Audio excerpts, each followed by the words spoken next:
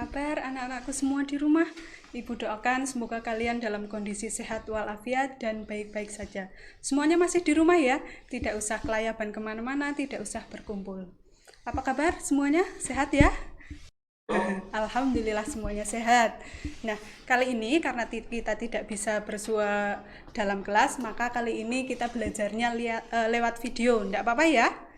Oke, enggak apa-apa. Sebelum Ibu akan menjelaskan tentang materi listrik statis, ada beberapa hal yang perlu Ibu bagikan kepada kalian dalam hal menuntut ilmu. Pelajar itu kan kewajibannya menuntut ilmu, nggih, mencari ilmu. Karena ya itu tadi kewajiban pokok dari seorang pelajar ya belajar. Untuk menjadi pelajar yang baik, kira-kira modalnya itu apa? Otak tuh. Modalnya kecerdasan, oke, itu betul, itu salah satu dari modal pokok bagi seorang pelajar. Tapi modal yang pertama adalah niat. Yang pertama apa tadi? Niat. Perbaiki niat kalian. Kalian sekolah itu niatnya untuk apa? Untuk ketemu temen, untuk nyari pacar, atau sekedar ingin nyari uang saku. Perbaiki niat di dalam hati kalian. Perbaiki niatnya. Kalian sekolah itu niatnya untuk apa? Ingin mencari ridho Allah? Betul, itu yang terutama. Kemudian niat apa lagi? Ingin memerangi kebodohan? Iya, itu juga betul. Kemudian apa lagi? Niatnya ingin mengupgrade sesuatu yang ada di dalam diri kalian, itu juga betul. Nah, Ibu akan menyampaikan beberapa modal dasar bagi seorang pelajar dalam hal menuntut ilmu, yaitu ada 6. Di samping tadi niat, ada 6 modal dasar lain yang harus dimiliki oleh seorang pelajar. Yang pertama adalah kecerdasan tadi. Yang pertama ada kecerdasan dari Allah atau yang namanya muhibatun minallah. Jadi ada orang yang terlahir itu sudah cerdas. Jadi tanpa dijelaskan terkadang dia cuma membaca sendiri aja udah ngerti. Itu namanya tadi muhibatun minallah atau kecerdasan yang didapat dari Allah. Kemudian yang kedua ada kecerdasan yang didapat dengan usaha atau muktasab. Jadi kalau kita secara lahir kok merasa, oh bu saya kok belum pinter ya, kok saya kurang cerdas ya dibanding si A. Justru itulah motivasi diri kita. Bagaimana caranya agar kita itu lebih bisa mengimbangi yang lain. Ada yang baru dijelaskan sekali sudah, oh iya bu saya ngerti, saya bisa. Tapi ada yang sudah sampai 2-3 kali, oh gimana ya. Tapi jangan berputus asa. Itulah makanya kita harus selalu berusaha. Yang pertama tadi adalah kecerdasan. Yang kedua, bersungguh-sungguh. Manjada wajada. Siapa yang bersungguh-sungguh pasti akan berhasil. Maka dalam menuntut ilmu, kalian harus selalu bersungguh-sungguh. Jangan main-main lagi, bu gurunya menjelaskan, kalian malah ngobrol sendiri, asik main sendiri, asik WA-an. Itu namanya tidak bersungguh-sungguh. Yang kedua tadi apa? Bersungguh-sungguh. Kemudian yang ketiga adalah kesabaran. Sabar dalam menuntut ilmu itu sangat penting. Misalkan kalian belajar fisika, belajar matematika, baru lihat angka, oh ada pangkatnya, ada kuadratnya, saya udahlah, saya tidak bisa. Itu namanya kalian tidak sabar. Sabar, belum bisa sekali, dicoba lagi. Barangkali nanti di percobaan yang kedua bisa. Kedua belum bisa, 3 kali. Dicoba terus, yang sabar. Jadi yang pertama tadi ada kecerdasan, yang kedua adalah bersungguh-sungguh, yang ketiga adalah kesabaran, yang keempat adalah biaya. Modal keempat dalam mencari ilmu adalah biaya. Karena tidak mungkin kita melakukan segala sesuatu itu tanpa biaya. Kalau orang Jawa bilang ada jerbasuki mawobio. Iya, semuanya butuh biaya, termasuk dalam kalian menuntut ilmu juga butuh biaya. Makanya karena menuntut ilmu tidak gratis, maka kalian harus bersungguh-sungguh. Kasihan sama bapak ibu kalian nggih yang sudah membiayai kalian sekolah, membiayai kalian beli kuota agar bisa live streaming. Itu semuanya tidak gratis. Jadi hargailah kerja keras orang tua kalian dalam mencari rezeki untuk menyekolahkan kalian. Ingin anak-anaknya itu pintar, ingin anak-anaknya nasibnya nanti lebih baik dari mereka. Ya, makanya kalian harus bersungguh-sungguh karena apa tadi? Modalnya salah satunya adalah biaya. Tidak ada hal yang gratis di dunia ini. Kemudian yang kelima adalah bimbingan guru. Mungkin di saat-saat kalian belajar dari rumah seperti ini baru merasakan ternyata peran bapak ibu gurumu itu besar sekali.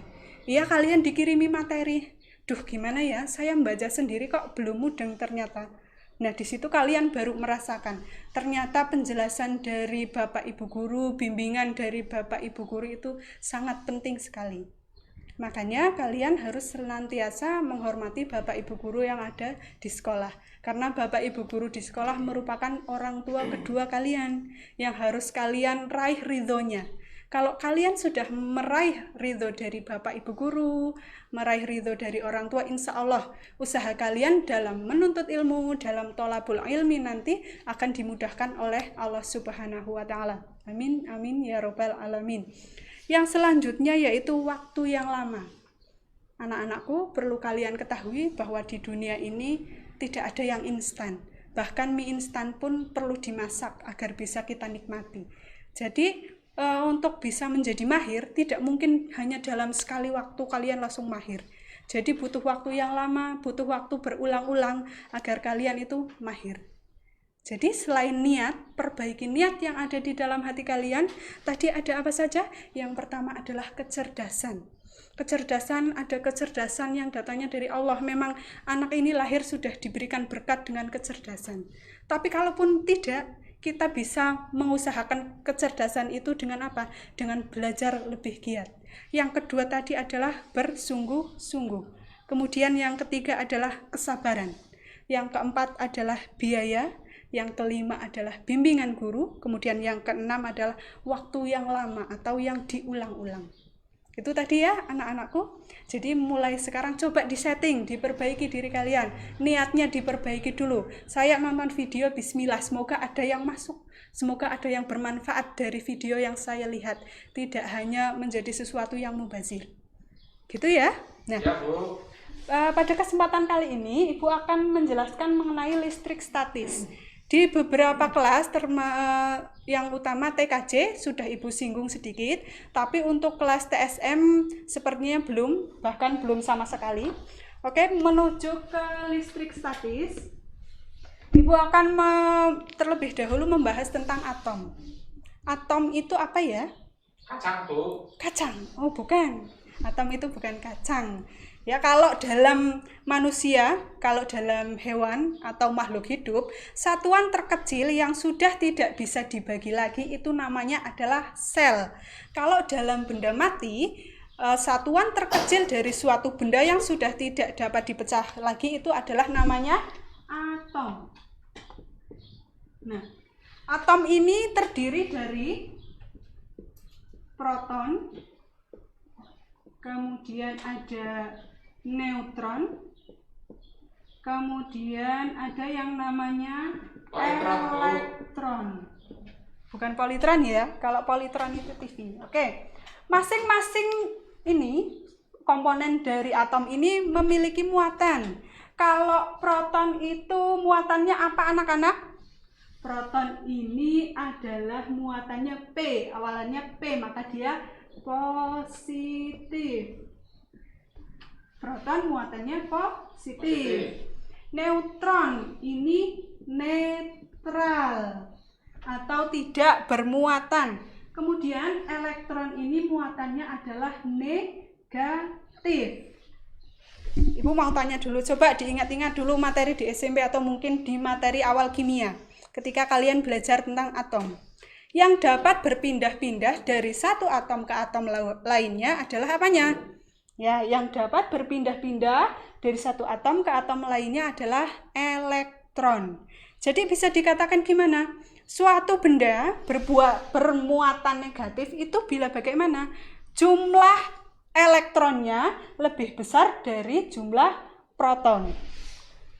Benda bermuatan positif, maka yang lebih banyak ini berarti lebih banyak mengandung proton atau mengandung proton lebih banyak. Maka benda itu dikatakan bermuatan positif. Kemudian ketika benda itu dikatakan bermuatan negatif, bagaimana? Berarti maka dia memiliki lebih banyak elektron. Kemudian bagaimana kalau jumlah proton dan elektronnya itu sama? Maka bisa dikatakan benda itu bermuatan netral atau tidak bermuatan. Sudah ingat ya? Oke, kalau sudah ingat bisa Ibu hapus terlebih dahulu. Ini sudah ingat ya, maka dapat Ibu hapus. Yang piket siapa, Bu? Ya, yang piket itu siapa ya? Yusuf. Yusuf sehat, Yusuf? Yusuf sakit, Bu. Oh, Yusuf sakit. Kenapa, Semoga Bu? lekas sembuh ya. Nah, Amin. tadi ada 2 buah benda ya, 2 buah saja yang kita bahas di sini. Ada benda bermuatan positif dan ada benda bermuatan negatif. Tadi benda bermuatan negatif berarti jumlah elektronnya itu lebih banyak. Kemudian kalau benda bermuatan positif, maka jumlah protonnya itu lebih banyak. Misal, iya, ada benda bermuatan positif didekatkan dengan benda bermuatan negatif. Kira-kira apa yang akan terjadi? Benda bermuatan positif didekatkan dengan benda bermuatan negatif. Ini saya simbolkan dengan Q1, yang ini saya simbolkan dengan Q2. Q1 didekatkan Q2 terpisah oleh jarak R. Tuh jangan dipisahkan, Bu, sakit ya. Ya, Q1 didekatkan dengan Q2. Yang Q1 bermuatan positif, Q2 ini muatannya negatif. Akan terjadi apa di situ? Nah, ketika Q1 dan Q2 didekatkan dan dia memiliki muatan yang berbeda jenis, maka akan terjadi yang namanya gaya tarik-menarik. Karena apa? Karena berbeda jenis. Nah, atom saja ini semuanya mengikuti hukum Allah. Berbeda jenis ya tarik-menarik, berlawanan jenis ya tolak-menolak. Wanita ya sukanya sama laki-laki, laki-laki ya sukanya sama wanita. Jadi tidak ada yang namanya atom itu, oh itu atom LGBT, dia positif, kemudian tertarik dengan positif, tidak. Ya itu juga pembelajaran buat kita sebagai manusia. Jadi atom saja yang benda mati, itu mengikuti semua hukum Allah. Semua yang ada di alam semesta ini mengikuti hukum Allah. Apalagi kita manusia yang diciptakan memiliki akal dan pikiran. Ya, kalau positif dan negatif tadi akan terjadi gaya saling tarik-menarik. Ya, ini menarik ke sana, ini menarik ke sini. Kemudian kalau misalnya positif dengan positif, maka akan saling tolak-menolak. Kemudian negatif dengan negatif juga nanti gaya yang terjadi adalah gaya tolak-menolak. Nah, gaya tarik-menarik atau tolak-menolak antara 2 buah benda bermuatan atau lebih yang dipisahkan oleh jarak R, inilah yang dinamakan dengan gaya Coulomb. Atau bisa dinamakan juga dengan gaya listrik. Oke, sampai di sini konsepnya ngerti ya? Karena dalam belajar fisika itu hafal rumus tidak penting. Yang kalian penting ketahui adalah konsepnya dulu. Kalau kalian cuma menghafal rumus, nanti Ibu keluar dari ruangan kalian sudah lupa. Tapi yang harus diperhatikan adalah konsepnya. Itu tadi ya. Jadi gaya tarik-menarik atau tolak-menolak antara 2 buah benda bermuatan atau lebih, inilah yang dinamakan gaya Coulomb atau gaya listrik.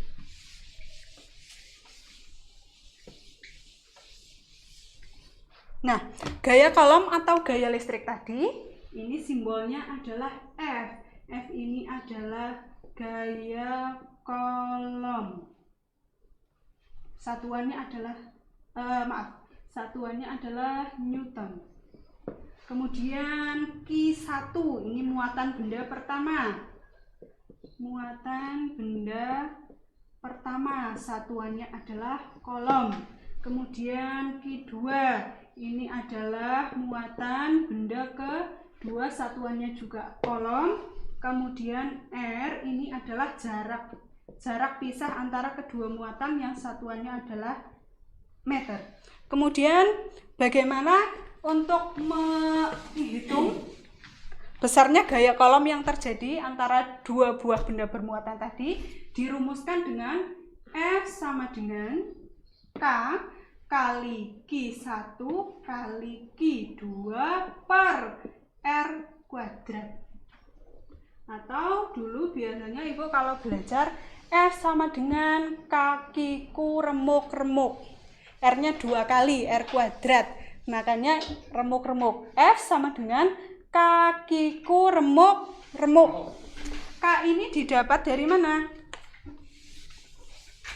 K ini adalah konstanta. K ini adalah konstanta yang besarnya adalah 9 kali 10 pangkat 9. Bu, 9 kali 10 pangkat 9 itu didapat dari mana? Dari sini. K itu sama dengan 1/4pi kali epsilon 0. Atau sama dengan 1/4 kali 3,14. Epsilon 0 ini adalah permitivitas udara yang nilainya adalah 8,85 kali 10 pangkat min 12. Jadi K sama dengan 1/4pi kali epsilon 0 atau sama dengan 1 dibagi 4 kali 3,14 kali 8,85 kali 10 pangkat min 12, nilainya adalah ini 9 kali 10 pangkat 9. Jadi tidak serta-mertakannya ini harus seperti ini, prosesnya adalah dari sini. Oke ya, Ibu kasih contoh soal dulu. Contoh soal ya, yang pertama, 2 buah benda bermuatan sejenis. Buah apa aja itu? Ya. Yang satu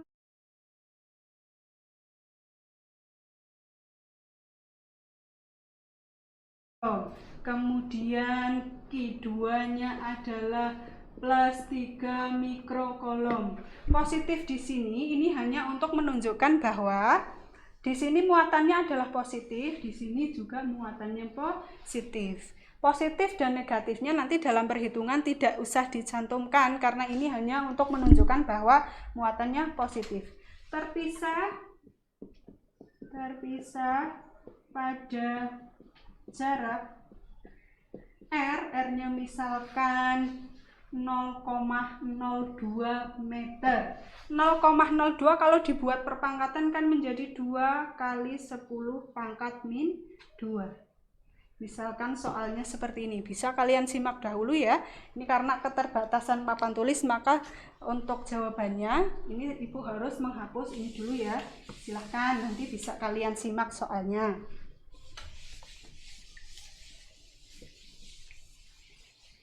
Oke, tadi F itu kan sama dengan kakinya, saya ganti yang bisa aja biar kelihatan.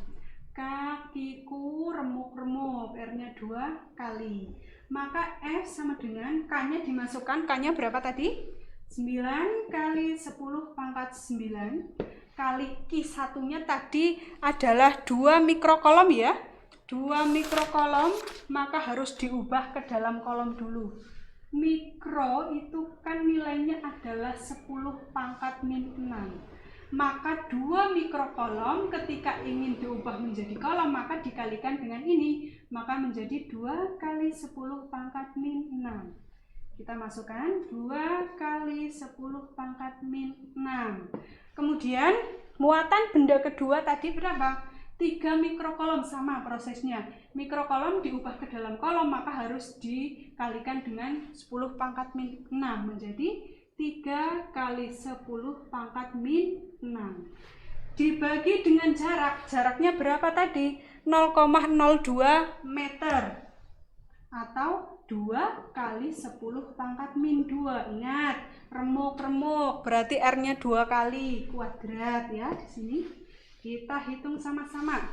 9 kali 10 pangkat 9, depan dulu dikalikan. 2 kali 3 berapa? 6. Kemudian baru kalikan pangkatnya ngikut.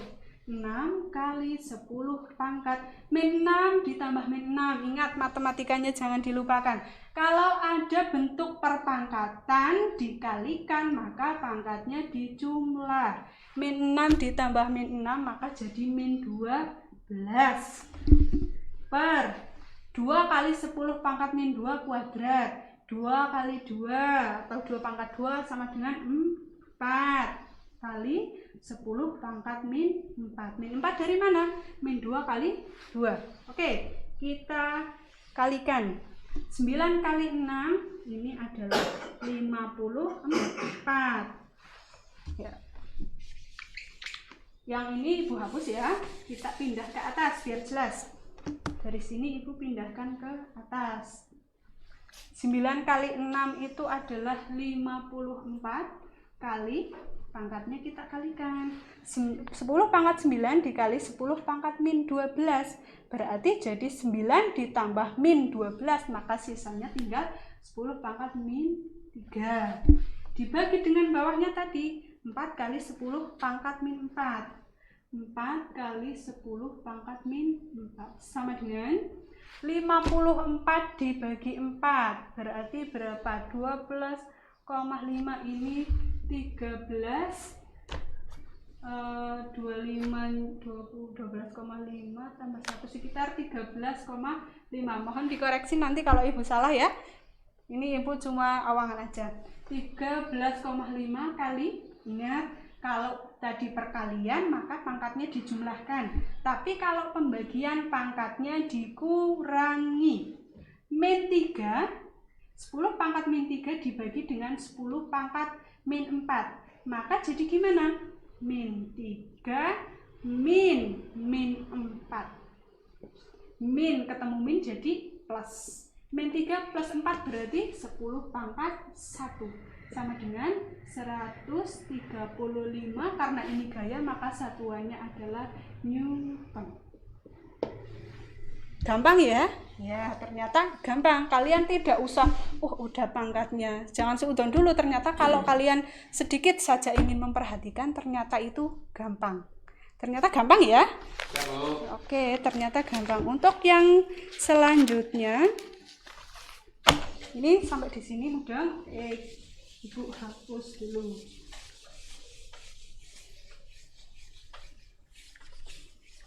Yang selanjutnya Ibu akan membahas tentang kuat medan listrik. Medan listrik itu apa ya? Medan listrik namanya aja Medan. Bu, Medan itu ibu kota Sumatera Utara. Horas Medan. Bukan seperti itu ya. Medan di sini maksudnya adalah area atau wilayah yang masih mendapatkan pengaruh dari adanya gaya kolom tadi.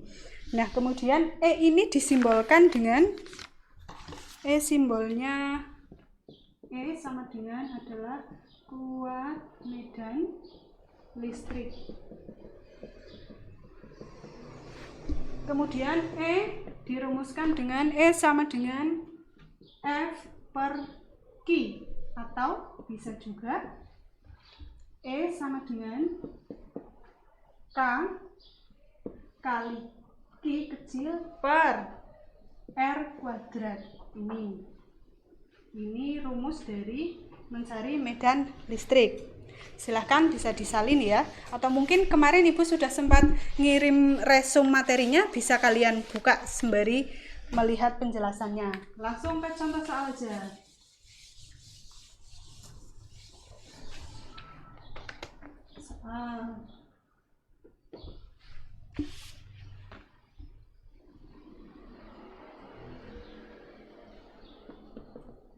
Titik P berjarak 30 cm dari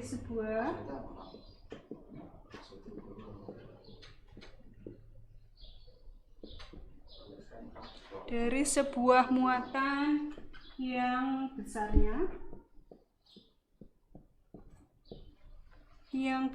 ada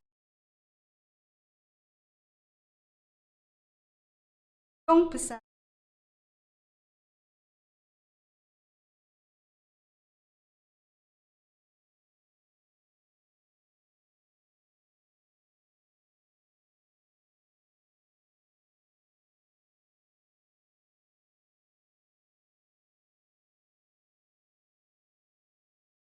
Pertama kita analisis dulu yang diketahui apanya saja. Yang diketahui dari soal adalah R. R-nya berapa? 30 cm. Padahal satuan dari R itu adalah meter. Ayo masih. Oke, kita lanjutkan lagi ya.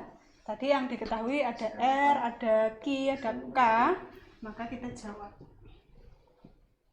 Tadi rumusnya E sama dengan K kali Q per R kuadrat. Maka E sama dengan K-nya 9 kali 10 pangkat 9 kali Q-nya adalah 25 kali 10 pangkat min 6 per R-nya adalah 3 kali 10 pangkat min 1 kuadrat.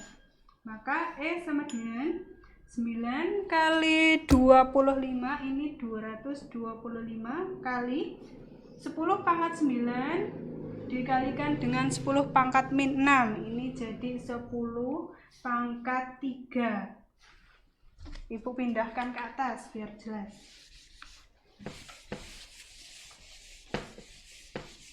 Tadi sampai di E sama dengan 225 kali 10 pangkat 3 dibagikan dengan 9 kali 10 pangkat min 2. Maka E sama dengan 225 dibagi 9 ini nilainya adalah 25 kali. Ingat, kalau perpangkatan dibagi maka pangkatnya menjadi dikurangi. 3 dikurangi min 2. Min ketemu min jadi plus. Maka jadi gimana? Jadi 25 kali 10 pangkat 5 Newton per Coulomb. Gitu ya.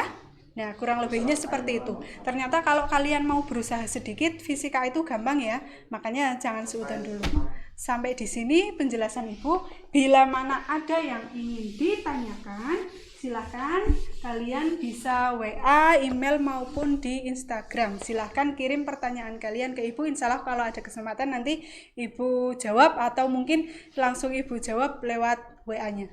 Terima kasih, semoga kalian sehat selalu. Ingat, selalu patuhi aturan pemerintah ya.